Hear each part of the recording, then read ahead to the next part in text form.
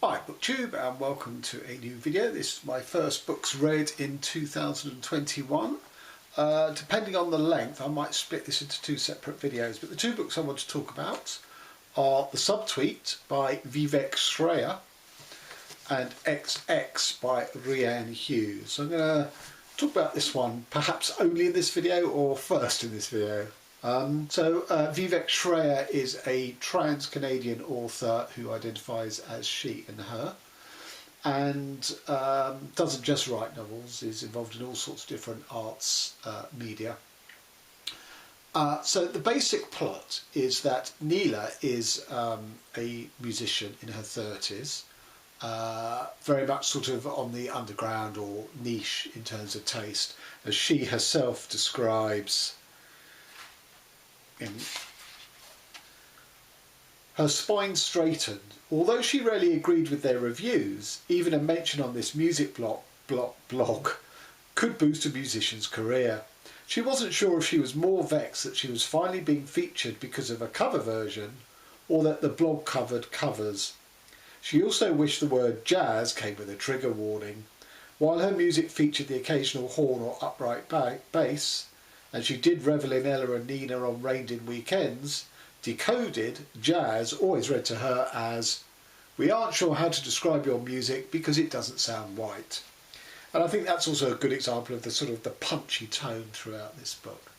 So Neela is this, slightly cult musician of soul, a serious artist, someone who bleeds for her art. And as intimated there, a cover version of one of her songs is made by an artist called Rukmini, who's very much a sort of modern multimedia, social media sort of maven, and she only does cover versions. She finds a beat and then she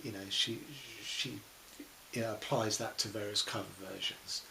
And Rukmina wants to meet Neela after her song has sort of exploded in the charts in Canada and stuff, and Neela is very unsure, but they meet, and very soon a friendship develops, but also each is getting something off the other.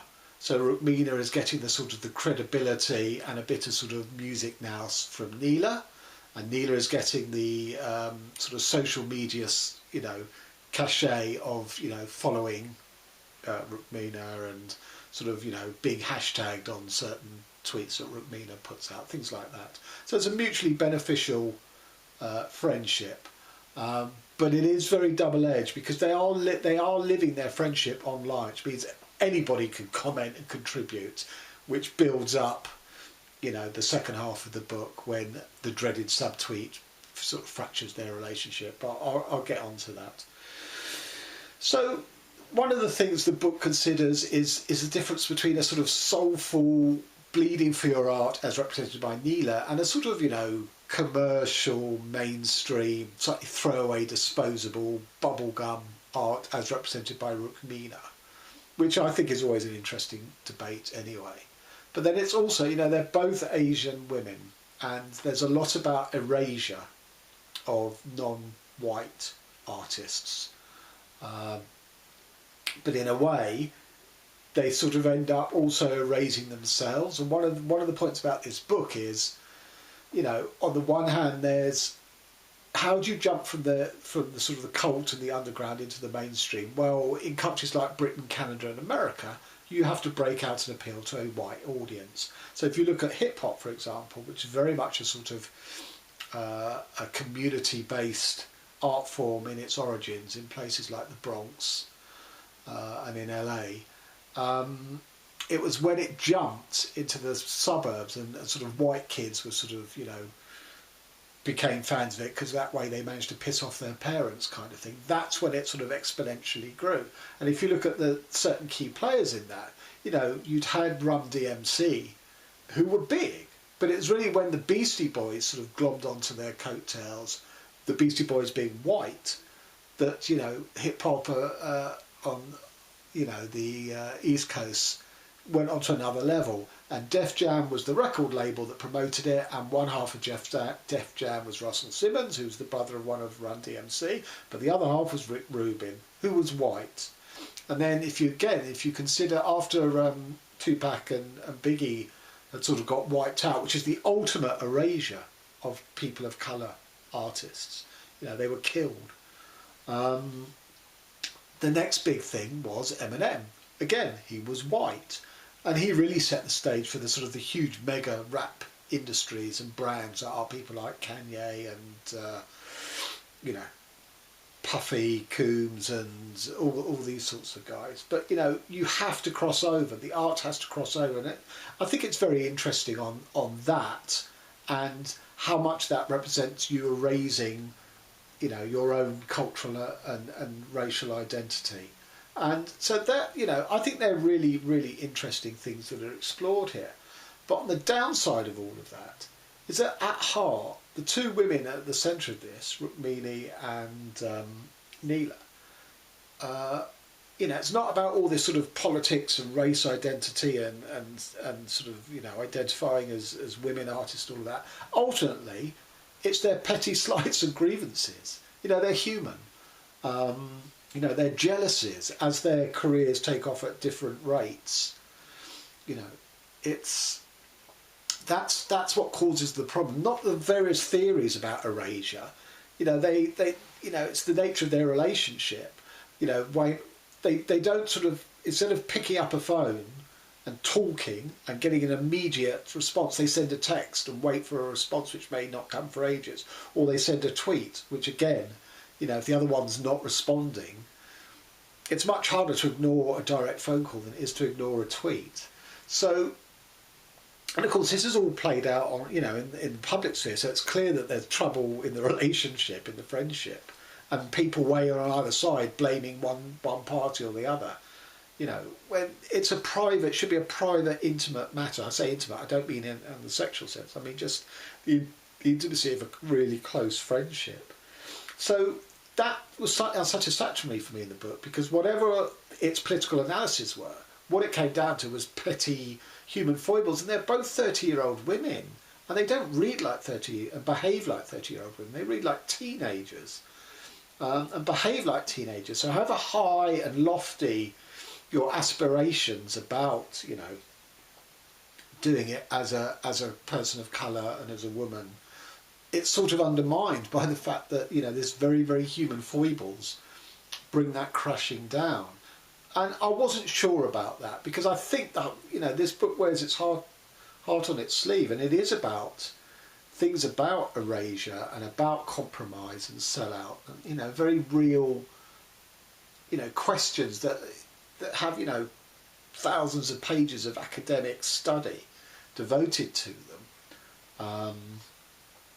And is that not undermined by being undercut by, basic human, infantile or childish emotions of jealousy and feeling neglected and all these sorts of things? I'm not sure. I may be overthinking it, but that was the thing I had in here. And ultimately, it comes down, I think, to where you fall on the spectrum of art. I would always identify with Neela, the serious artist, resisting compromise as much as she can.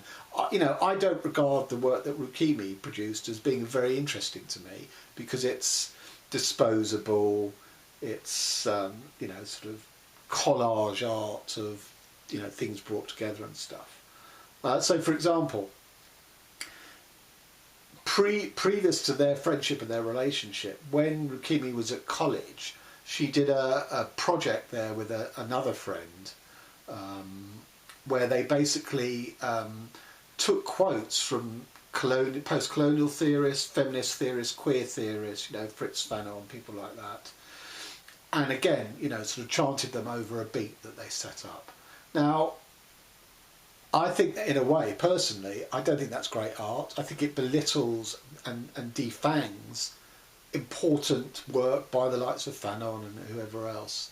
So naturally, I say naturally, but temperamentally, I bristle against that, and I don't regard that as great art. But even in saying that, I'm erasing you know, people from minorities who put these texts front and central as representing their own struggle for identity. But of course, I'm not erasing real people. I'm erasing fictional characters, or the merit and the artwork of fictional characters. It's a very, very confusing sort of rabbit hole to go down in that respect. But I really appreciated it, and I think the point is, for me, I think it's going to be one of those books.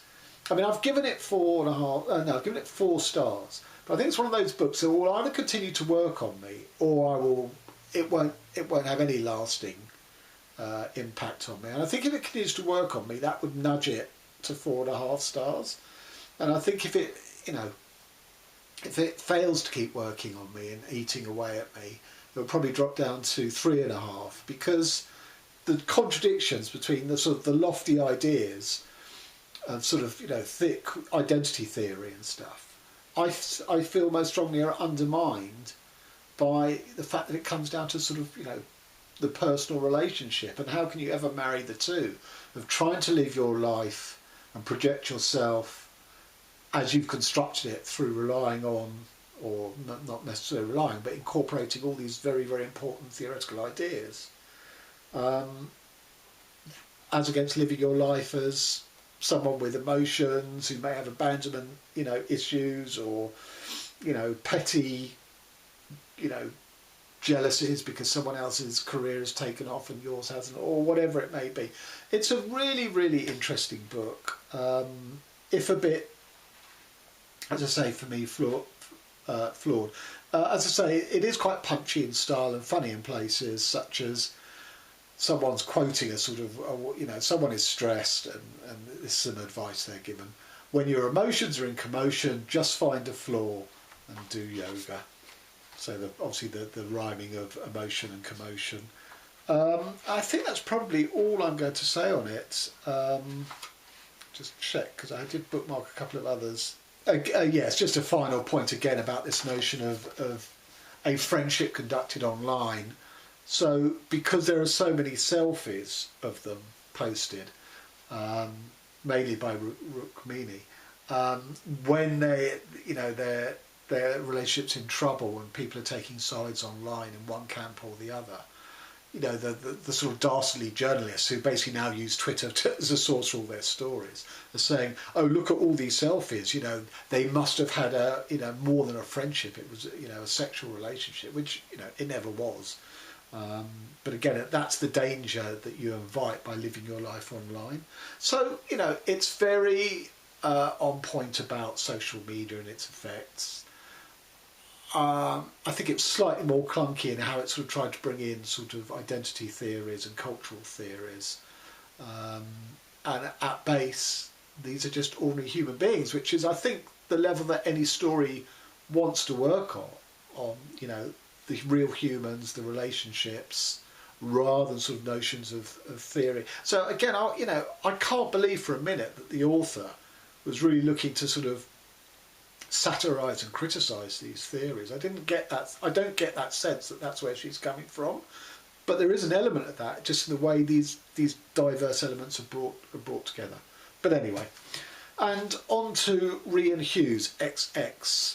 So this is the first in my project of reading massive tomes, and it's a very good one to start because it took me 7 days, because although it's 978 pages, there's a lot of, it's not 978 pages of, you know, just dense print, because there's a lot of design, there's a lot of typography, there's a lot of visual sort of setting of words on the page that breaks this up and makes it, you know, it's not an intimidating read. It's, as I say, I do have some further down the line that are far more intimidating because they are just 1,000 pages of block text. So this is essentially a sci-fi story. The first thing to say about it that I really like and appreciate is it's a British sci-fi story. It's set in Britain, or it's centred in Britain, and that's very, very refreshing. And you know, one of the things about its setting is it's not, you know, that the main characters work from a start-up in Hoxton, which is where my work is based, although I haven't been going into it since March really. And Hoxton is hipster central in London, and it's to someone of my generation it's a hateful place, I'm afraid. And that is beautifully sort of satirised in here, I think, personally. But Jodrell Bank, which is Britain's foremost astronomy telescope, picks up a signal, and that is the starting point for this book, a strange signal from outer space. And while the various sort of space, including SETI and NASA and the Russians and the Chinese, are trying to decode this signal, the signal itself gets leaked and becomes a meme because it gets sort of reproduced on social media as a sort of an article of news, but also it then gets sampled and turned into music, and backing tracks for other things, other memes and stuff.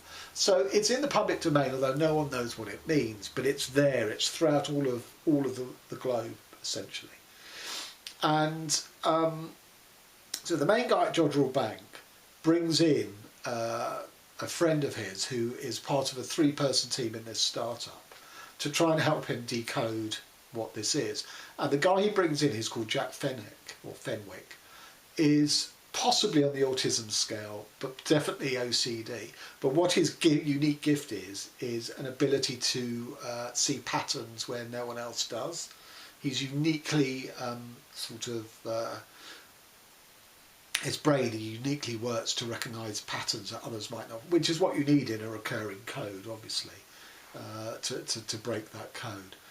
And Jack realises very quickly that it's not an alien message. The message itself contains the aliens in the sense of our DNA code builds us. So the code, although it's not a DNA, it's not a biological code, builds the aliens. But the problem the aliens have is they, like all life, you need a body, you need a physical shell. And normally they're able to find that on whichever planet that they're visiting, because they're able to, like a virus, invade the thoughts of the host's being, and they're able to sort of effectively parasite enough bodies to give them existence. But here they happen to have landed in the internet, in the meme sphere, so that they're sort of trapped. They're unable to break up because they can't be sort of coalesced into a physical body to interact and either parasite us or have an accord with us. Because one of the themes of the book is, the first extraterrestrials that we end up meeting on Earth, do they come in peace or do they come to conquer? And that whole rich history of sci-fi and that question are explored throughout here. So that's one of the sort of sci-fi themes. But this is a very, very complex code. And Jack hits upon a way of seeing the code being coalesced, not in biological bodies like ours, but through the internet using effectively, again, the meme sphere, that these memes will be coalesced through use of 3D glasses and a 3D printer and all this sorts of stuff. But again, because it is effectively in the internet, it has no voice. What it has instead is he can see the voice expressed in typography. And that's why there is so much typography in this book. I'll give you an example. So it's things like that, which is literally a 3D, although it's 2D on the page, a 3D expression of the code, of the aliens, of the intelligence. And what Jack does is he coalesces 3 human spirits of the age: spirit of the 19th century, spirit of the 20th century, and spirit of the 21st century, who have always existed, but they never existed in any kind of coalesced form. And what it is, it's all human knowledge within that century. And the sort of the zeitgeist, or the key thing. So the 19th century is a sort of a dandified sort of aristocrat count called Count 19.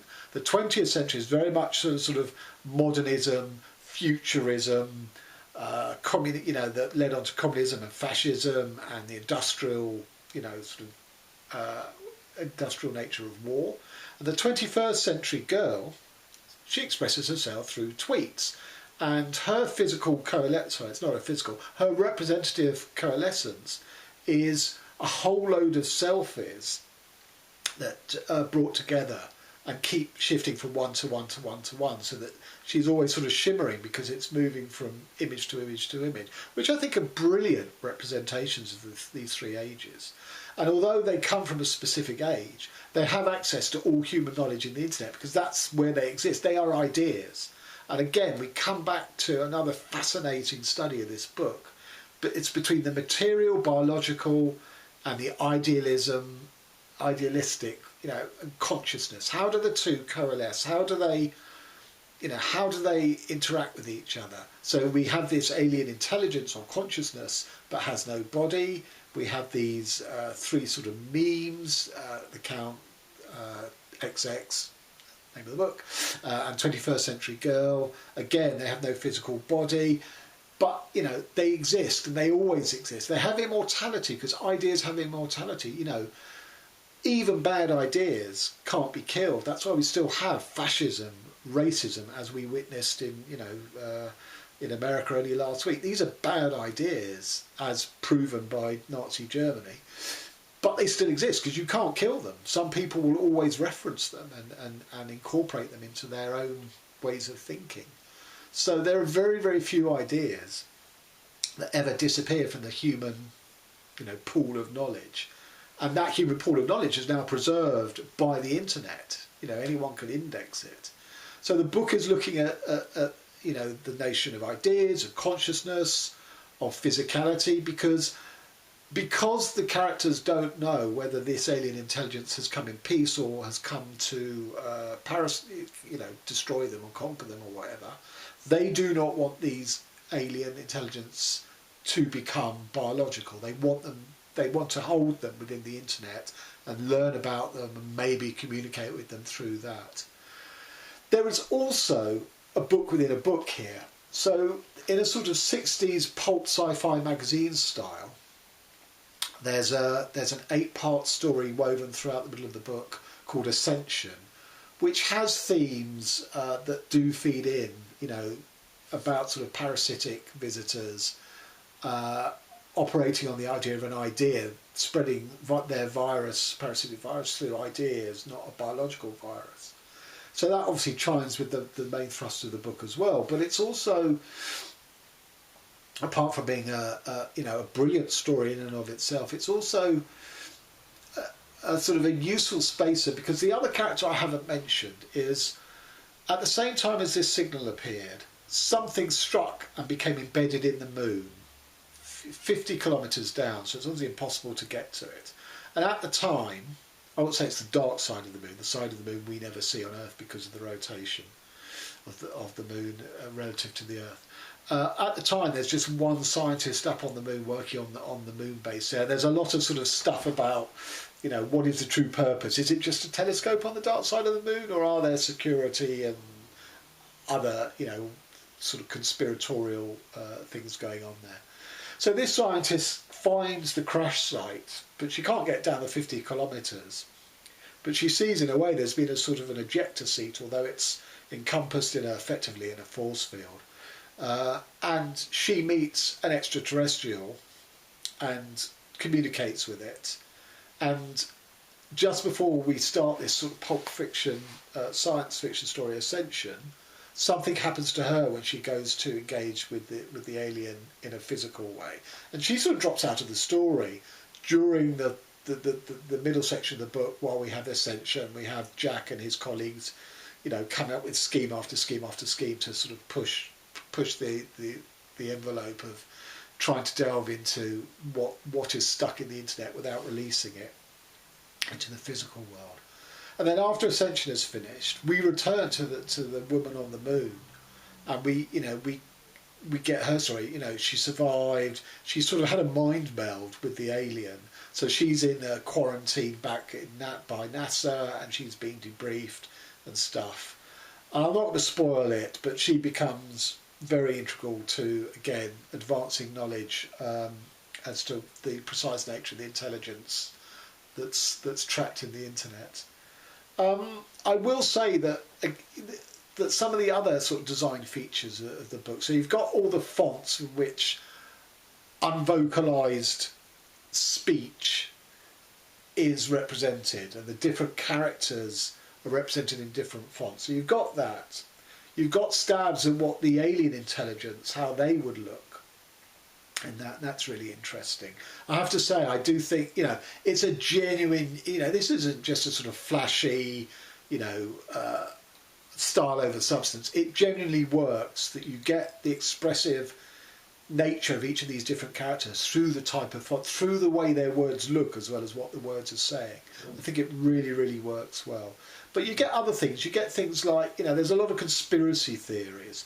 There's the lot who see the alien intelligence as a government conspiracy. So you've got like a sort of an imaginary Fortran forum is represented in here for that lot who see it as a government conspiracy.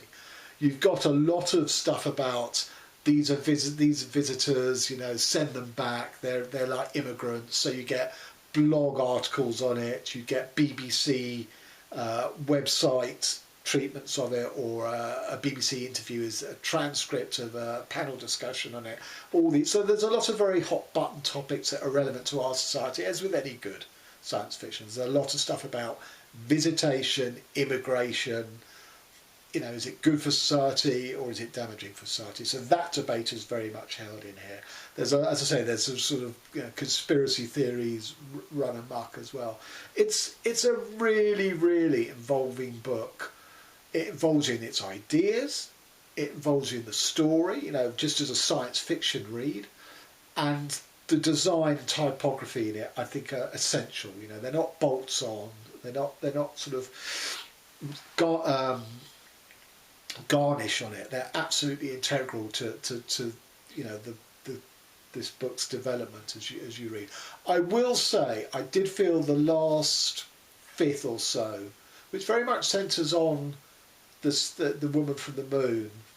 I did feel the book sort of ran out of steam, or certainly lost its energy and pace on those bits. It was a little more speculative and sort of cosmic and stuff, which is fine and interesting. A lot of the cosmic speculation in here is brilliantly mind-bending. But I did feel that by then it probably could have done without that, even though it was trying to advance to another level of cosmic thinking than we'd achieved up to then. I did feel that, you know, because you're battering through the pages, because they're not solid text, there's things that, you know, you spend 10 seconds on a page because it's just visual. There's no other sort of specific information coming from it that takes you longer to read. So there's a real pace that you build up, and I did feel that had sort of become a bit diffused and depleted by the end. But, you know, this is fabulous. This is 5 stars. And, you know, I'm a lay person when it comes to science, but there were hardly any bits in here which I sort of my eyes glazed over because I didn't understand it. And yet there were lots of interesting, I assume very modern takes on where we're at with science and, you know, the origins of the universe. You know, it's an inquiry into creation and origins. It's an inquiry into time, you know, because of course much of sort of cosmic physics now is concerned with getting back to the origins of the universe. So you have to go backwards in time. And in the same way as they're trying to go to the origins of this, you know, alien intelligence, you know, where did it come from? You know, how did it come into being? How is it able to travel? What are its motives? There's a fantastic disquisition into the nature of gods and gods. You know, there's a lot of hostility towards gods. There's a sort of spoof academic article here, sort of criticising the humans' need to invent God if we hadn't already.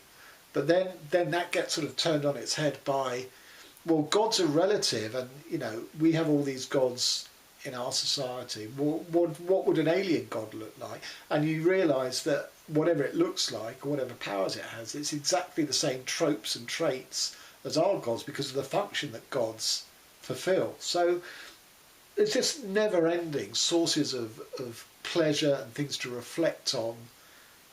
So although it's very accessible, it still gives you plenty of thought to chew on. And just to say, on a personal level, I'm really hostile. You know, I would be the opposite of Jack Fenwick. I'm really hostile to Pattern. I think we are over-reliant on Pattern for good evolutionary reasons when we were sort of much more primitive and hunter-gatherers. I get it. You need to know that sort of movement in the long grass. Is it a saber-toothed tiger, or is it, you know, is it just the wind blowing?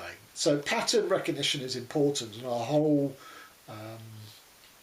you know, visual system is based on it, but also our language, you know, is based on it. That any noun can encompass a whole family of related objects that fall under that single noun. So pattern is really, and even narrative itself. What is narrative? What is storytelling other than an organised structuring of events, often in linear fashion, in order for us to interpret, analyse, learn from, to head on into the future. So pattern is absolutely endemic in everything we do. And I'm really hostile to that, because I think while we were sort of on the savannah hunter-gatherers, yeah, absolutely. But I think our brains and our knowledge bank and our skills developed so much that to be as equally reliant on pattern, I think actually holds us back. And I'm delighted that this book introduced me to two different words for that, which I didn't know existed, and I'm delighted to discover them, because I can now sum up my points of view in sort of these conceptual words. So the first was apophilia, and the second is pareidolia, which mean very similar things. It's seeing pattern where pattern doesn't exist. And I'm very grateful to this book for introducing me to those two words within its first 30 pages, because they are key words for my own sort of thought processes. So, and finally, just to sort of say, books that if you liked these books I'm about to talk about, I think you'll like this. So the first is Satin Island by Todd McCarthy, because the way that Jack Fenwick hits upon diving into the mean sphere of the internet is he starts seeing patterns and symbols and signals in everyday London life, talking to him, directing him, which we learn later, or not that much later, is you know, people like the Count and Girl 21 encouraging him to coalesce them so that they can communicate and direct him. So that's very much like Satin Island by Tom McCarthy, the whole semiotics and symbology of everyday life, which also means it's like the work of Roland Barthes. Watchmen obviously is similar. The book within the book in here is, you know, that very much is used in Watchmen as well. And then the final book I would point to is The End of Mr. White by Scarlett Thomas, where she has what she calls the troposphere, where the disembodied characters move into. So it's a bit like the mean space, although it's not exactly the same. But I think if you like those books, and I love all of them, then you know you're particularly going to like this.